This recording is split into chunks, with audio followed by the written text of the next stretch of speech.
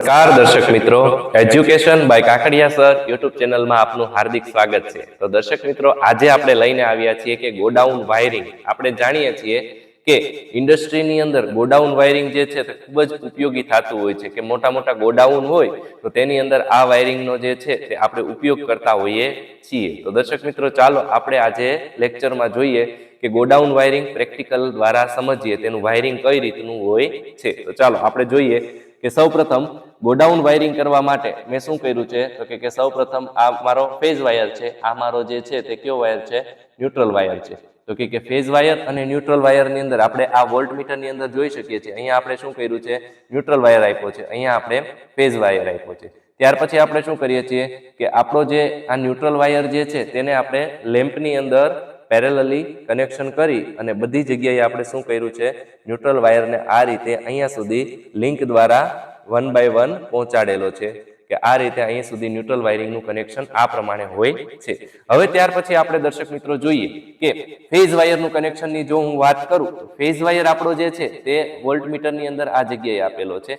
ત્યાંથી આપણે શું કરીશું તો કે એ મીટરની અંદર આપીશું. તો કે એ મીટરની અંદર ઇન થશે, ત્યાર પછી પાછું આપણું એ મીટરની અંદર શું થશે, આઉટ થશે. ત્યાર પછી એ મીટરમાંથી હવે આ વાયરિંગ કરવા માટે એક વસ્તુ ખાસ ધ્યાન રાખવાની કે ગોડાઉન વાયરિંગ જ્યારે આપણે કરીએ છીએ ત્યારે ટોટલ આપણે એક સ્વિચ 1 વે લેવાની અને બાકીની સ્વિચ 2 વે લેવાની થતી હોય છે. તો કે હવે અહીં આપણે 4 લેમ્પ ચાલુ કરવા છે તો 4 લેમ્પમાં શું કરીશું તો કે 4 લેમ્પ હોય તો 3 2 વે સ્વિચ જોઈએ. એટલે કે જેટલો આ લેમ્પ હોય એના કરતા એક ઓછી 2 વે સ્વિચ આવે અને એ સિવાયની આપણે એક શું કરવાની હોય છે, 1 વે સ્વિચ લેવાની હોય છે. તો હવે સ્વિચની વાત કરીએ તો હવે વાયરિંગની વાત કરીએ કે સ્વિચનું કઈ રીતે ફેઝ વાયરિંગ આપણે કરીએ છીએ તે હવે આપણે જોઈએ. તો આપણે અહીંથી જોઈ શકીએ છીએ કે ફેઝ વાયર જે છે તે એ મીટરમાંથી આપણે ક્યાં આપીશું તો કે સ્વિચની અંદર આ 1 વે સ્વિચ છે તો એમાં 2 ટર્મિનલ આવે છે. તો કે એનો જે ઉપરનો ટોપ ટર્મિનલ જે છે એની અંદર આપણે શું કરીશું તો કે એ મીટરથી આપણે ફેઝ વાયર આપીશું. ત્યાર પછી આપણે બોટમ ટર્મિનલ આવે છે એને આપણે શું કરીશું તો કે 2 વે સ્વિચની અંદર બોટમ ટર્મિનલ જે છે તે મધ્યમાં દેશું. તો કે આપણે જોઈ શકીએ છીએ 2 વે સ્વિચની અંદર 3 ટર્મિનલ હોય છે તો તેના મધ્યમાં શું કરીશું તો કે 1 વે સ્વિચમાંથી જે ફેઝ વાયર આવે છે તે આપી દઈશું. પછી તો કે આનો ઉપરનો જે ટર્મિનલ જે છે એમાંથી ક્યાં જશે ફેઝ વાયર તો કે લેમ્પની અંદર જતો રહેશે અને આનો જે નીચેનો ટર્મિનલ જે છે ત્રીજો ટર્મિનલ એમાંથી ફેઝ વાયર જે છે તે નીકળી અને જે આપણી બીજી 2 વે સ્વિચ જે છે તેના મધ્યમાં જશે. ત્યાર પછી તો કે આનો જે ઉપરનો જે ફેઝ વાયર જે છે તે લેમ્પના કનેક્શનમાં જશે. એ સ્વિચનો જે નીચેનો ટર્મિનલ જે છે તેમાંથી પાછું શું થશે તો કે જે ત્રીજી સ્વિચ 2 વે છે તેના મધ્યમાં જશે, મધ્ય ટર્મિનલમાં. ત્યાર પછી ઉપરના ટર્મિનલની અંદર આપણે શું કરશું, એક લેમ્પનું કનેક્શન દઈ દઈશું ફેઝ વાયરનું અને આના નીચેના ટર્મિનલની અંદર આપણે શું કરશું તો કે અહીંયા આપણું હવે છેલ્લો લેમ્પ આવે છે એટલે કે નીચેના ટર્મિનલમાંથી આપણે બીજા લેમ્પનું કનેક્શન કરીશું. તો કે આ પ્રમાણે આપણું આ શું થઈ ગયું, વાયરિંગ થઈ ગયું કે આ પ્રમાણે આપણે ગોડાઉન વાયરિંગ જે છે તે આ પ્રમાણે આપણે એના વાયરિંગના કનેક્શન કરતા હોઈએ છીએ.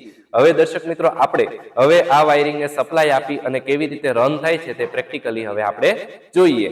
તો એમાં શું કરીશું તો કે સૌપ્રથમ આ જે ફેઝ વાયર જે આપેલું છે, વાયરિંગ કર્યું છે તો કે એ પ્રમાણે આપણે પહેલા તો સપ્લાય વોલ્ટેજ ઓન કરીએ. તો કે એ આપણને અહીંયા વોલ્ટમીટર દ્વારા ખબર પડશે કે અહીંયા આપણે જોઈ શકીએ છીએ કે વોલ્ટમીટરનો જે કાંટો જે છે તે 230 વોલ્ટ ઉપર સ્ટોપ થઈ ગયો છે એટલે કે વોલ્ટેજ અહીંયા બિલ્ડઅપ થઈ ગયા છે એ આપણે જોઈ શકીએ છીએ. તો હવે પાવર અહીંથી અહીંયા સુધી પહોંચી ગયો છે. તો હવે આપણે પાવર સ્વિચ જે છે પહેલી 1 વે સ્વિચ ઓન કરીશું એટલે આપણે જોઈ શકીએ છીએ કે એ મીટરની અંદર પણ શું થાય છે કે કરંટ ઇન્ડિકેશન આવી ગયું છે કે એ મીટર પણ ઓન થઈ ગયું છે અને પાવર જે છે તે લેમ્પ દ્વારા આપણે જોઈ શકીએ છીએ. હવે ગોડાઉન વાયરિંગનો કોન્સેપ્ટ શું હોય છે તો કે આપણે અહીંથી કોઈ રૂમની અંદરથી એન્ટર થઈએ છીએ તો આપણે પહેલી સ્વિચ ઓન કરીએ છીએ. ત્યાર પછી પાછા આપણે શું કરશું, આગળ વધીશું એટલે પછી પાછી આપણે શું કરશું, બીજી સ્વિચને આપણે શું કરશું, 2 વે સ્વિચને ઓપરેટ કરશું એટલે બીજી 2 વે સ્વિચ ઓપરેટ થશે એટલે બીજો લેમ્પ ચાલુ થઈ જશે. એ પણ આપણે જોઈ શકીએ છીએ. પાછા થોડાક આગળ વધીએ એટલે પાછું આપણે શું કરશું, ત્રીજી સ્વિચ ઓપરેટ કરીએ આ રીતે એટલે આગળનો લેમ્પ શું થઈ જશે, ઓન થઈ જશે. પાછું આપણે થોડુંક આગળ ચાલીએ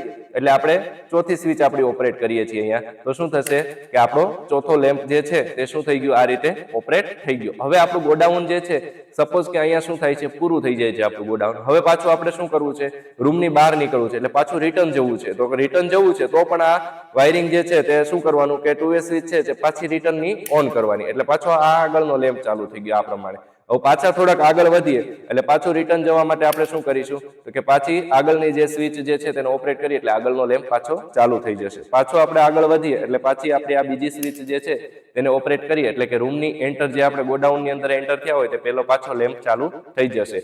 અને ત્યાર પછી આપણે બહાર નીકળીએ તો શું થશે કે આપણે બધું વાયરિંગ ક્લોઝ થવું જોઈએ તો એ પ્રમાણે આપણે સ્વિચ આ ઓફ કરી દઈએ એટલે બધા આપણા લેમ્પ શું થઈ જશે ઓફ થઈ જશે. એટલે કે દર્શક મિત્રો આ વાયરિંગ થી આપણે ફોરવર્ડ અને રિવર્સ બંને ડાયરેક્શનની અંદર લેમ્પનું આપણે શું કરી શકતા હોઈએ છીએ ઓપરેટિંગ કરી શકતા હોઈએ છીએ. અને આ વાયરિંગ જે છે તે આજે ઇન્ડસ્ટ્રીની અંદર ઘણું ઉપયોગી થતું હોય છે. તો દર્શક મિત્રો આ વાયરિંગ તમને જો સમજાણું હોય તો મારી આ ચેનલને લાઈક સબસ્ક્રાઇબ અને શેર કરવા વિનંતી. ધન્યવાદ.